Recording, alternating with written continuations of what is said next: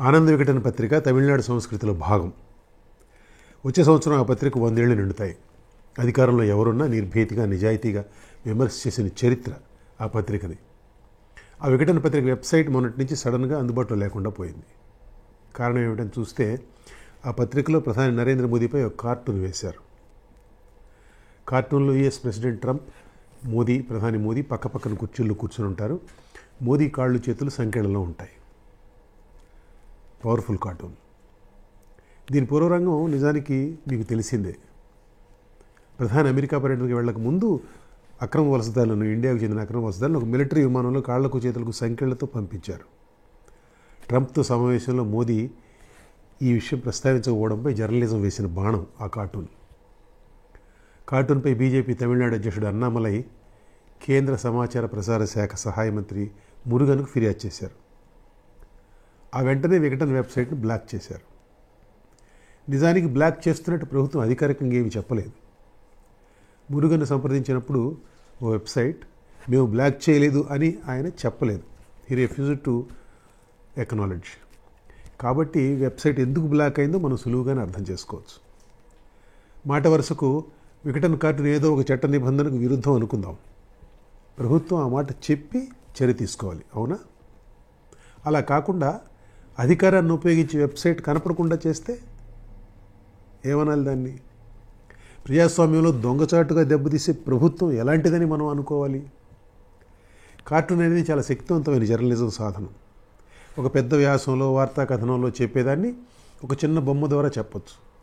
చాలా సందర్భాల్లో నిరక్షరాస్యులకు కూడా అర్థమయ్యేటట్టు చెప్పగలదు కార్టూన్. జర్నలిజం అనేది అధికారంలో ఉన్నవారిని విమర్శించలేకపోతే ఆ జర్నలిజానికే అర్థం లేదు. ఈ కార్టూన్ సంగతే చూద్దాం. ప్రధానమంత్రి అమెరికా పర్యటన గురించి చాలామంది చాలా రాశారు. ట్రంప్ పదవి స్వీకారం తర్వాత నెల రోజుల్లోగా నెల తిరగకుండా మోదీ వెళ్ళి ఆయన కలవడం చాలా గొప్ప విషయం అన్నారు కొంతమంది. మోదీని ట్రంప్ ఎంత పొగిడినా ఆయన అమెరికా పర్యటనలో అసలు విషయం దగ్గరికి వచ్చేసరికి ఎక్కడైనా బావే కానీ వంగతోట దగ్గర మాత్రం కాదన్నట్టు వ్యవహరించారు.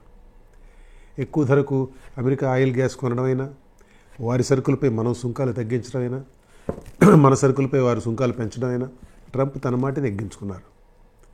పైకి మాత్రం మోదీ తనకన్నా గొప్ప బేరగాడని, గుడ్ నెగోషియేటర్ అని చెప్పి మస్కా కొట్టారు. ఇదంతా అలా ఉంచితే భారత వలసదారులను, అక్రమ వలసదారులను అమానవీయంగా తరలించడంపై అప్పటికే, అంటే మోదీ అమెరికా ప్రయాణం నాటికి దేశంలో తీవ్రమైన నిరసన వ్యక్తం అవుతున్నది. అలా పంపడం సాధారణమైన ముందు బుకాయించిన విదేశాంగ మంత్రి ప్రజల్లో సెంటిమెంట్ చూసి కాబోలు మాట మార్చారు. అమెరికా అధికారులతో మాట్లాడుతున్న ఈ విషయం అన్నారు. ఆయన మాట్లాడారో లేదో తెలియదు. తర్వాత ఏం చెప్పాలి ఎవరు? మోదీ వీళ్ళు అమెరికా ట్రంప్ను కలిశారు. అక్కడ ఆ విషయం ప్రస్తావించారో లేదో తెలియదు. ఎవరేం చెప్పలేదు. తర్వాత మాత్రం మరో 2 మిలిటరీ విమానాల్లో సంఖ్యలతోనే భారతీయులను తరలించారు. కొలంబియా లాంటి చిన్న చిన్న దేశాలు అమెరికాకు తమ విమానాలను పంపించి వాటిల్లో తమ దేశస్తులను తీసుకువెళ్తున్నాయి స్వదేశానికి. మరి మన ప్రధానమంత్రి నిష్క్రియాపరత్వంపై వ్యాఖ్యానించకుండా ఎలా ఉంటారు జర్నలిస్టులు? వికటన ఆ కార్టూన్ ద్వారా చేసిన పని అదే. వారి దారి వ్యంగ్య చిత్రం. వ్యంగ్యం అనేది చాలా శక్తివంతమైన ఆయుధం. కార్టూనిస్టు దాన్ని వాడుకుంటాడు. అతనికి ఉన్న హక్కు అది. భావ వ్యక్తీకరణ స్వేచ్ఛ హక్కులో భాగం అన్నమాట. దానిని సహించలేకపోవడం జర్నలిస్టులకు ఆ హక్కును నిరాకరించడం తప్ప మరొకటి కాదు. అదే నియంతృత్వం, మరేదో కాదు.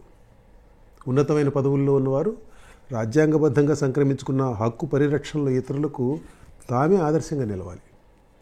కానీ ప్రస్తుతం మోదీ ఏలుబడిలో దానికి భిన్నంగా జరుగుతోంది. ప్రధానమంత్రిని విమర్శకు అతీతుడిగా చిత్రించే ప్రయత్నాలు ఎడతెగకుండా సాగుతున్నాయి. ఉన్నత స్థానాల్లో ఉన్నవారిని గౌరవించాలి, తప్పక గౌరవించాలి. కానీ విమర్శించడం, అగౌరవపరచడం కిందకి రాదు. వ్యక్తులు ఎంత పై స్థాయిలో ఉంటే అంత క్రిటికల్గా చూడాలి మీడియా. అది దాని బాధ్యత. దానిని అడ్డుకోవడం అప్రజాస్వామికం. శంకర్స్ వీక్లీ శంకర్ గురించి మీలో కొందరన్నా వినే ఉంటారు. ఇండియాలో పొలిటికల్ కార్టూన్ పితామహుడు ఆయన. తొలి ప్రధానమంత్రి జవహర్లాల్ నెహ్రూను అవసరం వచ్చినప్పుడల్లా నిర్దాక్షిణ్యంగా ల్యాంపూనింగ్ చేసేవాడు శంకర్. నన్నేమీ వదిలిపెట్టాల్సిన పని లేదు అని నెహ్రూ శంకర్తో అన్నారు. శంకర్, డోంట్ స్పేర్ మీ అన్నాడు ఆయన. నెహ్రూ అన్న ఆ మాట చరిత్రలో భాగం. శంకర్ గురించి ఒక సందర్భంలో నెహ్రూ గారు అన్న మాటలు చెప్పి ఈ వీడియోలాగా ముగిస్తాను. ప్రజా జీవితంలో ఉన్నవారి బలహీనతలను, తప్పులను శంకర్ చాలా నైపుణ్యంగా ఎత్తి చూపిస్తారు. అందులో దురుద్దేశం ఏమాత్రం ఉండదు. అందుకు ఆయనకు మనం కృతజ్ఞులై ఉండాలి. మనం ఉండే కొద్దీ స్వార్థపూరితంగా డాంబికంగా తయారు కావటం కద్దు.